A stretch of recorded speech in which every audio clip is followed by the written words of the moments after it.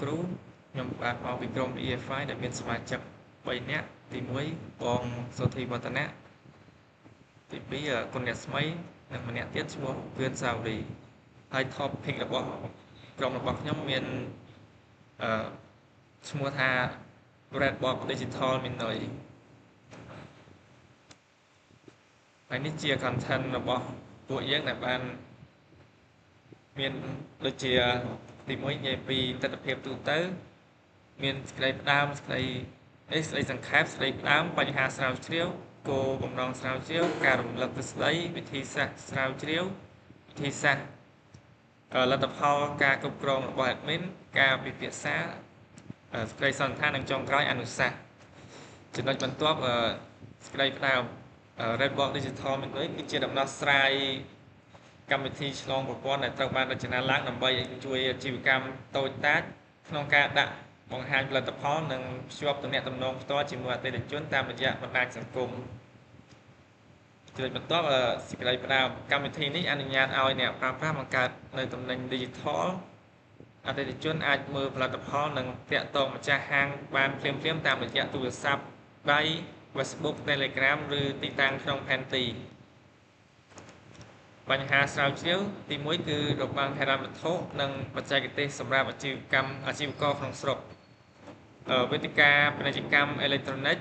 ឬក៏ហៅថា e-commerce បែបបុរាណតម្រូវឲ្យមានការបង់ថ្លៃសេវាប្រតិបត្តិការខ្ពស់ការភ្ជាប់ប្រព័ន្ធទូទាត់ប្រាក់និងការរៀបចំដ៏ស្មុគស្មាញដែលធ្វើឲ្យអាជីវករខ្នាតតូចក្នុងស្រុកមិនអាចប្រើប្រាស់នៅកម្មវិធីបានហើយបញ្ហាមួយទៀតគឺការខ្វះបណ្ដាញទំនាក់ទំនងផ្ទាល់និងចំណុចប្រទះពីភាសាដំណោះស្រាយដែលមានស្រាប់ភាគច្រើនលក្ខអត្តសញ្ញាណអ្នកលក់និងខ្វះខាតប្រព័ន្ធពីរភាសាដូចជាខ្មែរនិងអង់គ្លេសដែលមានភាពរលូនធ្វើឲ្យអតិថិជនក្នុងស្រុកពិបាកទាក់ទងម្ចាស់ហាងភ្លាមៗតាមរយៈ Telegram ទូរស័ព្ទដៃឬទីតាំងផ្ទាល់ហើយគោលបំណងក្នុងការស្រាវជ្រាវមួយនេះដើម្បីបង្កើតប្រព័ន្ធគ្រូតដែលមានសុវត្ថិភាពបង្កើតចំណុចប្រទាក់ពីភាសាខ្មែរនិងអង់គ្លេសដើម្បីងាយស្រួលឲ្យអ្នកប្រើប្រាស់ហ្នឹងអាចជ្រើសរើសភាសាពីរបានទាំងខ្មែរទាំងអង់គ្លេសនិងរៀបចំការគ្រប់គ្រងការចូលប្រើប្រាស់តាមតួនាទីពីរទី1គឺ admin និង user ចំណុចបន្ទាប់ឲ្យមិត្តភ័ក្តិរបស់ខ្ញុំជាអ្នកបន្តជំរាបសួរលោកគ្រូនាងខ្ញុំឈ្មោះគុណសារីឡើងមកបន្តពីមិត្តភ័ក្តិរបស់ខ្ញុំឈ្មោះគុណរស្មីចំពោះចំណុចរបស់ខ្ញុំគឺការនិយមពីការរំលឹកទ្រឹស្ដីនៅក្នុងការប្រើប្រាស់ Flutter Framework សម្រាប់ការរចនា UI ឬក៏ User Interface និងដល់ឲ្យនៅការគ្រប់គ្រង state ដែលប្រកបដោយប្រសិទ្ធភាពការស្រាវជ្រាវបង្ហាញថាដំណើរភ្ជាប់បណ្ដាញសង្គមផ្ទាល់ជាមួយនឹងអ្នកលក់ជួយបង្កើនការលក់នៅក្នុងស្រុករបស់យើងជាបន្តសូមចូលទៅចំណុចបន្ទាប់គឺវិធីសាស្ត្រក្នុងការស្រាវជ្រាវកម្មវិធីនេះបានប្រើប្រាស់ provider សម្រាប់ user interface ហើយការគ្រប់គ្រងតួនាទី OBAC ធានាថាអ្នកចុះឈ្មោះគឺជា user ដែលជាលំនាំដើមដែលយើងអាចហៅថាជាភាសាបច្ចេកទេសគឺ default user ចំណែកតួនាទីរបស់ admin គឺចំណែកតួនាទីរបស់ admin នៃប្រព័ន្ធនេះត្រូវបានកំណត់នៅក្នុង database ចំពោះចំណុចបន្ទាប់ទៀតលទ្ធផលចំពោះ user interface style ដែលមានកម្រិតភាពច្បាស់លាស់មានការបដូរភាសាពីភាសាខ្មែរទៅភាសាអង់គ្លេសឬអាចពីភាសាអង់គ្លេសមកកាន់ភាសាខ្មែរវិញបានមួយទៀតការបដូរ theme color យើងអាចដាក់ពណ៌តាមអ្វីដែលយើងចូលចិត្ត dashboard អាចបង្ហាញពីទិន្នន័យនិងការបែងចែកប្រភេទផលិតផលបានចំណុចបន្ទាប់ចំពោះការគ្រប់គ្រងរបស់ admin មានមនុយពិសេសមួយដែលហៅថា telemetry ដើម្បីត្រួតពិនិត្យចំនួនអ្នកប្រើប្រាស់សរុបឬក៏ចំនួនផលិតផលដែលកំពុងដាក់លក់និងតម្លៃសរុបនៃទំនិញទាំងអស់នៅក្នុងប្រព័ន្ធសូមបន្តតួនាទីបន្ទាប់ទៅកាន់មិត្តភ័ក្តិរបស់ខ្ញុំម្នាក់ទៀតមានសួរលោកគ្រូខ្ញុំបានឈ្មោះសុធីវឌ្ឍនៈខ្ញុំមកបន្តចំណុចបន្ទាប់ពីគឺសាវរីការពិភាក្សាប្រព័ន្ធបានបែងចែកតួនាទីអ្នកប្រើប្រាស់យ៉ាងមានប្រសិទ្ធភាពអ្នកប្រើប្រាស់គ្រប់គ្រងទិន្នន័យផ្ទាល់ខ្លួនដោយប្រើគ្រូតមានលក្ខណៈជា admin ត្រួតពិនិត្យ admin ត្រួតពិនិត្យមាតិកាទាំងមូលនៃវិជាទំនិញរបស់អ្នកប្រើប្រាស់បានន័យថា admin អាចមើលទិន្នន័យទាំងអស់ប៉ុន្តែ user ធម្មតាគាត់អាចមើលតែទិន្នន័យរបស់គាត់ផ្ទាល់ខ្លួនរបស់គាត់សេចក្តីសន្និដ្ឋាន Redbox Digital Menu បានសម្រួលដល់ការផ្លាស់ប្ដូរ Digital សម្រាប់អាជីវករក្នុងស្រុកដែលជោគជ័យវាបានផ្ដល់នូវឧបករណ៍ប្រកបដោយវិជ្ជាជីវៈមានពីរភាសានិងមានសុវត្ថិភាពសម្រាប់ទំនាក់ទំនងអនុសាសន៍គឺការកែលម្អនៅពេលអនាគតគឺការបូកបញ្ចូល Google Map ទៅកាន់ហាងផ្ទាល់ការទិញទំនិញផ្ទាល់តាមរយៈប្រព័ន្ធដោយប្រើប្រាស់កាតធនាគារឬ QR code យើងអាចជ្រើសរើសក្រុមហ៊ុនដឹកជញ្ជូនបានហើយនឹងមានប្រព័ន្ធឆាបផ្ទាល់ជាមួយអ្នកទិញនិងអ្នកលក់នៅក្នុងកម្មវិធីតែម្ដង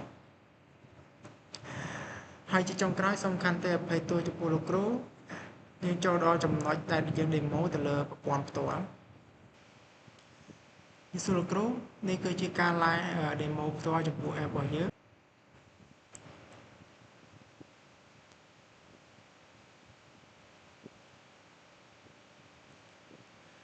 នេះជា interface ដំបូងនៃការដែលយើងចូលដំបូងវាមាន login ហើយ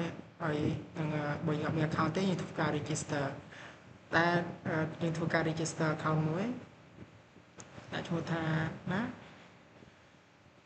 ដាក់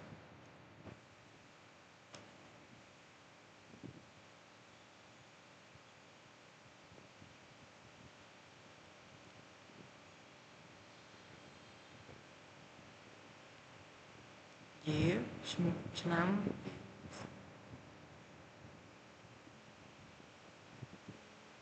password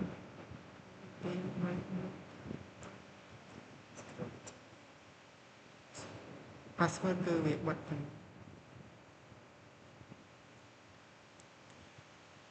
password 118 username ណា email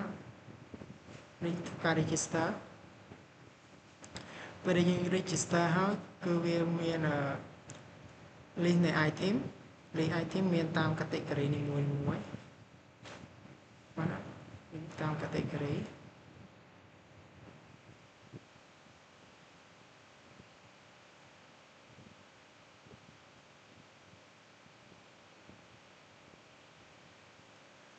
នេះគឺ search យើង search នៅក្នុង category ណាមួយ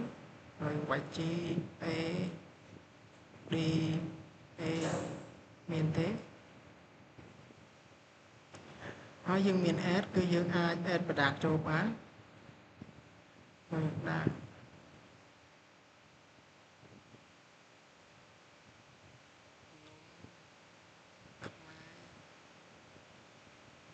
នេះអង់គ្លេសខ្ញុំអង់គ្លេសនំខ្មែរដល់ថ្ងៃ description នំខ្មែរ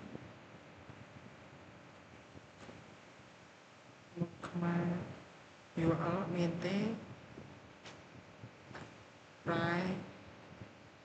12យើងរើស category ដាក់ឋានៈ electronic active ហើយនឹង inactive submit ជោគជ័យយើងទៅមើលវិញបាទបងនេះមកឲ្យនំខ្មែរហើយនេះទៅមកកាន់ profile នៅ profile យើងអាច change ពីខ្មែរទៅអង់គ្លេសបាននេះយើងគឺមកខ្មែរនេះយើង change ទៅអង់គ្លេសវិញហើយដូរ theme color សខ្មៅហើយនៅប្រដាប់នីមួយៗយើងអាចទៅកាន់ប្រដាប់ detail បាននេះទៅកាន់ product detail ហើយយើងអាចចុចទៅកាន់ contact ណាមួយបានអាចទៅកាន់ contact ណាមួយអានេះ privacy ចុចបានទេទៅកាន់ Telegram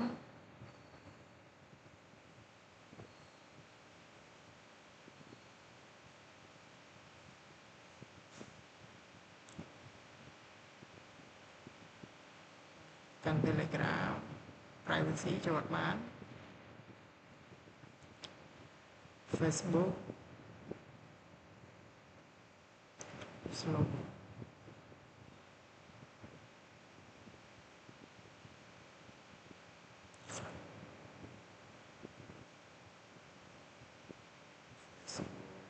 ហើយនឹងទៅកាន់ map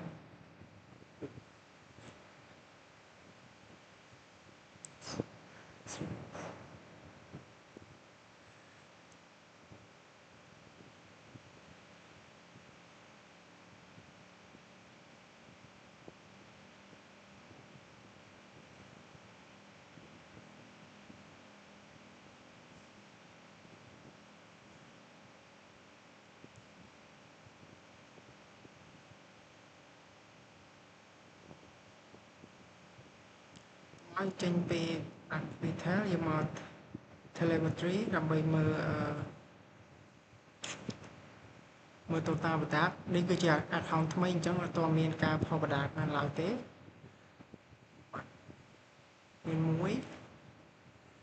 យើងអាច save បានមកយើង log out ចេញពី account ហ្នឹងយើងទៅកាន់ account admin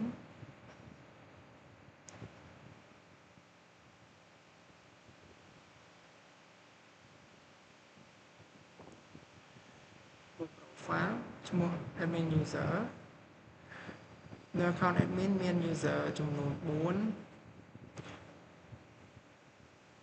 នេះមិញ user ថ្មីដែលមានបដាផុសតែមួយទេ user គុណដែលថ្មីមានបដាផុសចំនួន154 user នេះមាន10យើងអាចចូលទៅមើលកាន់ user នីមួយៗបាន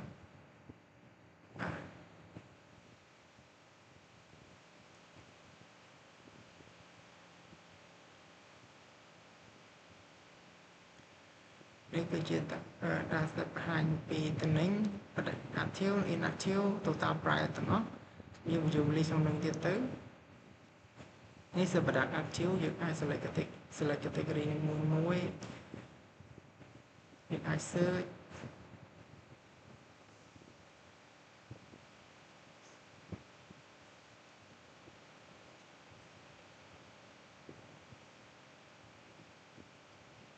ហើយយើង log out ចេញបាទអរគុណលោកគ្រូជាចុងក្រោយការ live demo របស់យើងត្រូវបានបញ្ចប់គុណលោកគ្រូដែលចំណាយពេលវេលាទស្សនាវីដេអូនេះសូមអរគុណលោកគ្រូ